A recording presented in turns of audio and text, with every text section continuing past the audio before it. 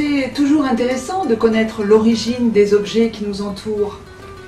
De la préhistoire à nos jours, l'homme a dû transporter de l'eau ou de la nourriture selon ses déplacements. Alors diverses techniques ont été inventées, à commencer par les poteries ou les outres. Mais le moyen le plus pratique était de porter tout ça sur son dos, d'où le nom de sac à dos. Le sac à dos fut réinventé dans les années 30 par M. Lafuma, par un modèle dit sac tyrolien, qui imposera les grandes lignes du sac à dos moderne. Ah, ça y est, j'ai débloqué la fermeture éclair. Et tout ça, on en reparlera tout à l'heure. Madame, Monsieur, bonjour et bienvenue dans cette nouvelle édition TV Image 48.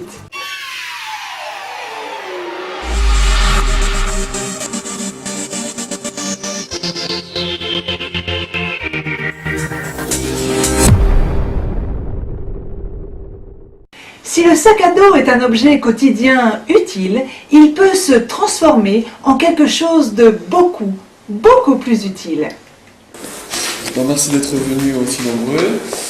Je m'appelle Kevin Rassad, je suis un élève en première année de BTS Communication et je vais vous présenter avec ma collègue Julia Luceno le diaporama que nous avons réalisé pour l'opération sac à dos qui se déroule en partenariat avec les étudiants de Notre-Dame et de la Croix-Rouge.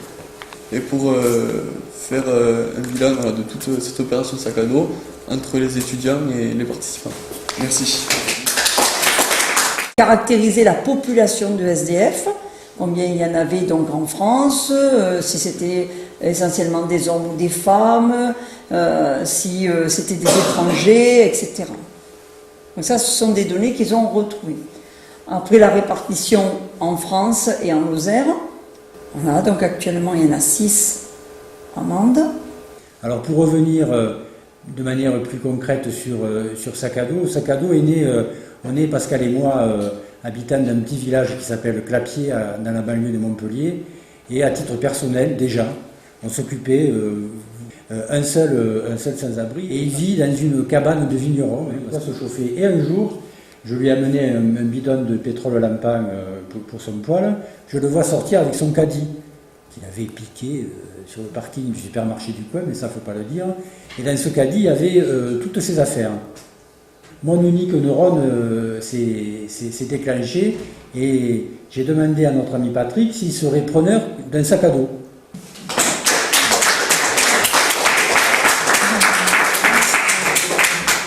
Cette année, 17 octobre, journée du refus de la misère, la Croix-Rouge se doit de se mettre en mouvement pour essayer de soulager un petit peu toutes les difficultés que connaissent autour de nous certaines personnes.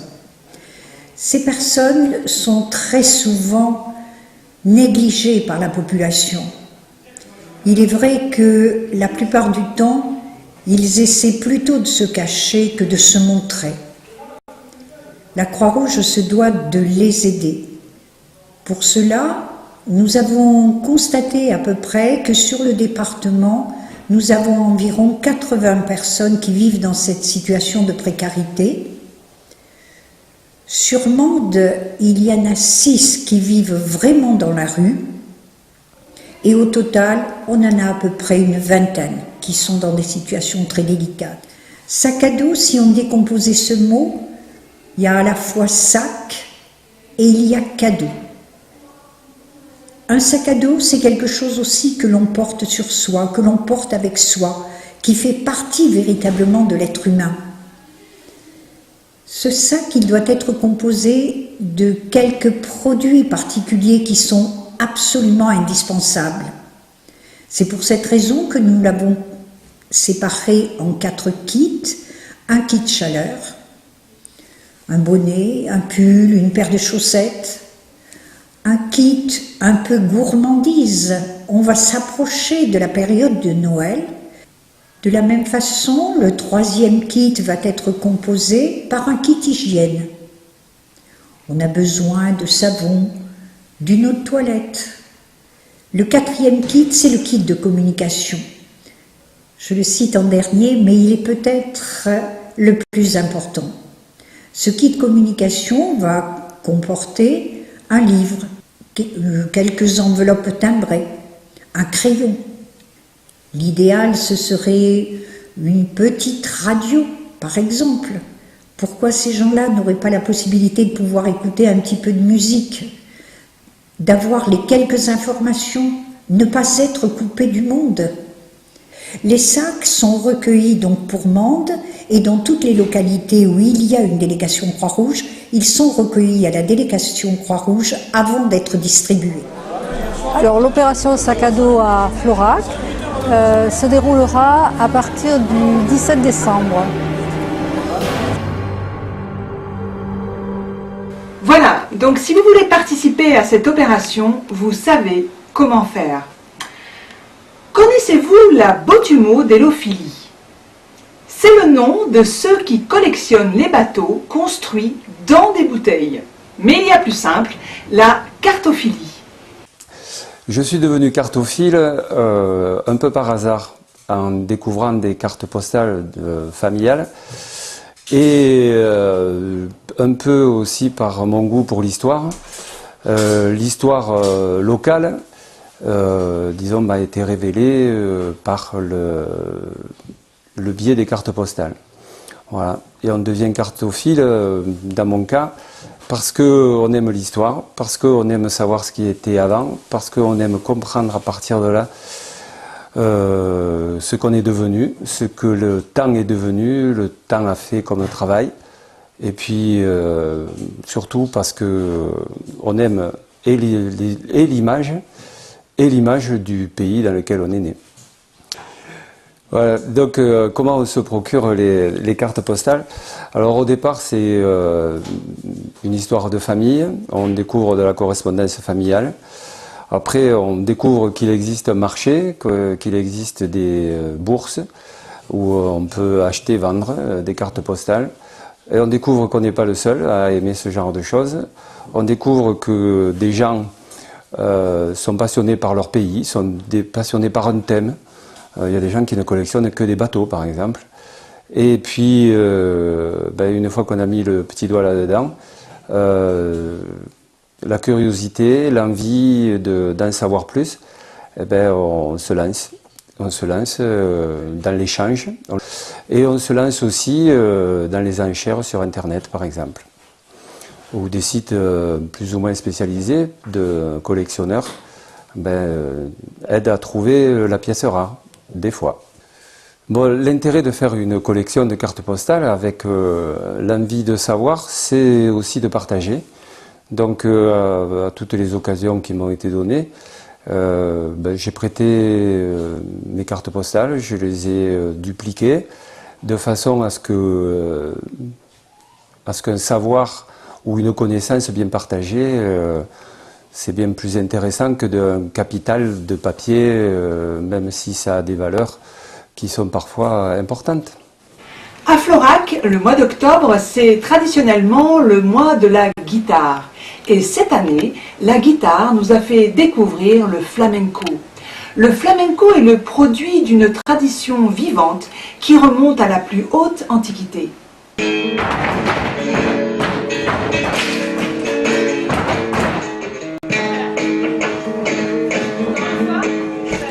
Donc moi je suis une danseuse contemporaine à la base et je suis venue au flamenco ensuite et j'ai créé ma compagnie qui s'appelle Compagnie Les Herbes Folles à Montpellier qui crée des spectacles qui mélangent danse contemporaine et flamenco.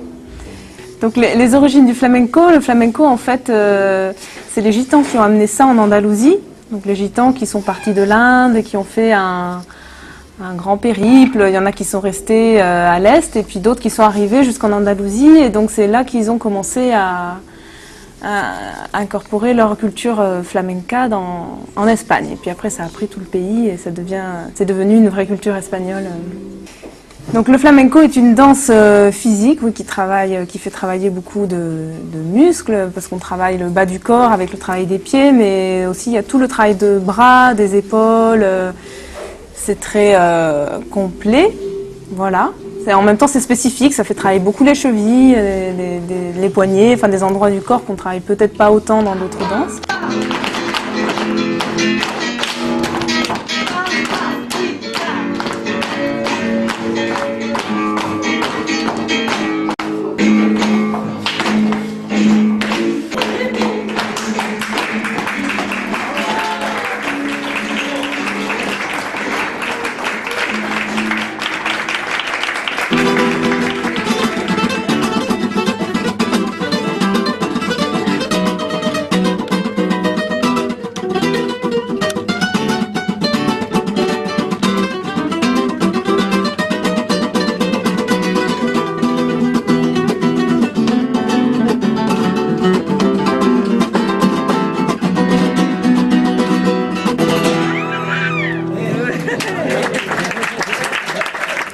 flamenco nuevo, c'est toujours la même question. Le flamenco nuevo, en fin de compte, c'est ce qu'on prend les racines du flamenco et après on fait ce qu'on en veut, que je veux dire, on diversifie.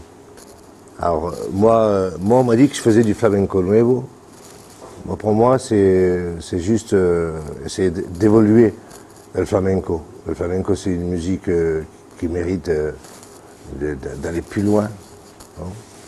Et comme toutes les grandes musiques, hein, comme le jazz, comme la soul et tout ça. Et donc, on me dit flamenco nuevo parce que je mets certaines variantes classiques, jazz, tout ça. Donc c'est ce qu'on appelle le flamenco nuevo.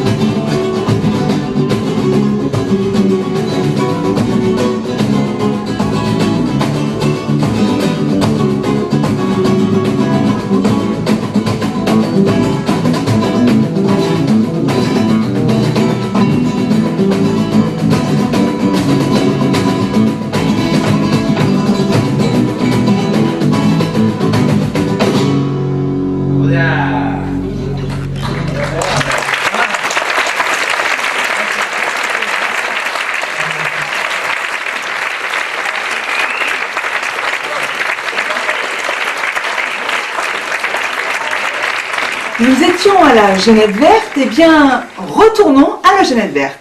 Enfin, non, pas directement. Mais quand même, un peu. Enfin, c'est un peu compliqué. Tout a commencé par une histoire d'os.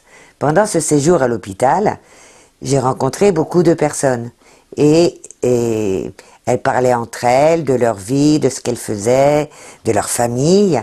Et de là est venue l'idée de garder tous ces souvenirs, parce que même s'ils paraissaient anodins comme ça, ils étaient tous extrêmement importants, parce que ça faisait partie de leur vie.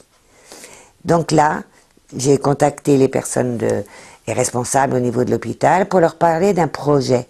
Et ce projet consistait à, sous différentes manières, récolter tous ces souvenirs et de les formuler sous forme de livres ou sous forme de pièces. Il n'y avait pas vraiment au départ quelque chose de précis. Nous, de notre petite part, sur cet établissement hospitalier, on a intégré le projet parce qu'on avait un réservoir de mémoire. Et le réservoir de mémoire, messieurs, dames, c'est vous. C'est petit à petit que sont arrivées 3 formes. La première, ça a été avec le foyer rural de Florac et les personnes âgées. Une correspondance qui s'est établie. Ils se sont écrits, sont envoyés des cartes, des dessins. Tout cela a été rassemblé dans un livre objet qui a été exposé, présenté dans Florac et dans d'autres bibliothèques. Ensuite, des réunions se sont faites avec des personnes qui ont écrit ou qui ont raconté leurs souvenirs. Et c'est là qu'est intervenu Jean-Michel Haas. Lui qui est comment dire, auteur, acteur, etc., a ramassé tous ces souvenirs. On a fait la synthèse et a rassemblé sous forme d'une petite pièce. Tout ce que vous allez voir est la vérité. Nous avons des photos prouvées, nous le pouvons. Quand nos héros sont nés, pas de télévision. Les prés à la main, nous les fauchions. Les pantalons usés, nous les raccommodions. Les différents passages qui revenaient, qui étaient les plus récurrents, qui étaient les passages marquants de cette époque, avant les 30 Glorieuses, pour le situer un peu dans le temps. La machine, elle s'appelle vedette, blanche avec 2 rouleaux pour essorer. Alors là, j'en reviens pas. Moi, Fernande, elle a la machine à laver avec 2 rouleaux pour essorage. Bébé, tu ne savais pas? Et donc, avec 2 rouleaux pour essorage. Donc c'était les grandes journées de lessive, c'était l'école, ça a été l'arrivée du parc national, l'ouverture des routes, l'arrivée du téléphone, de l'électricité, enfin tout ça a été synthétisé dans une petite pièce. On a pensé sur les médicaments, hein. Oui. Mais comme ça on est tranquille, hein, l'hôpital, hein. Oui, hein, on est peinard. C'est le 19 septembre. Ah, Ben oui, hein, c'est avant le 20. Et ça fait le 18. Et c'est votre anniversaire. Si, c'est son anniversaire. C'est déjà À ce CD qui va être fait par Image 48, sera accompagné par un livre. Et dans ce livre, il y aura beaucoup plus de détails qui étaient impossibles de transcrire dans la pièce, sinon elle aurait duré très longtemps. Voilà, donc ce projet, en fait, compte, c'est un hommage à toutes ces personnes qui ont vécu, à toutes ces vies, qui en apparence n'ont rien d'extraordinaire, mais qui sont toutes magnifiques. Pour réaliser ce projet, on a eu besoin de partenaires. Et c'est vrai que l'hôpital de Florac a été un des premiers partenaires pour finaliser. Ensuite, le foyer rural qui s'est investi dedans. Ensuite, d'autres partenaires, même sur l'aspect financier, comme la mairie de Bar-des-Cévennes, les enfants de Bar-des-Cévennes, des parents, etc. En fait, c'est une fédération de talents qui a permis que ce simple témoignage sur cette vie des anciens a pu se concrétiser. Et à ce niveau-là, je les remercie tous sincèrement. certaines images que nous allons vous montrer pourraient choquer des personnes sensibles. C'est pour ça qu'il vaut mieux éloigner les enfants des écrans. Regardons.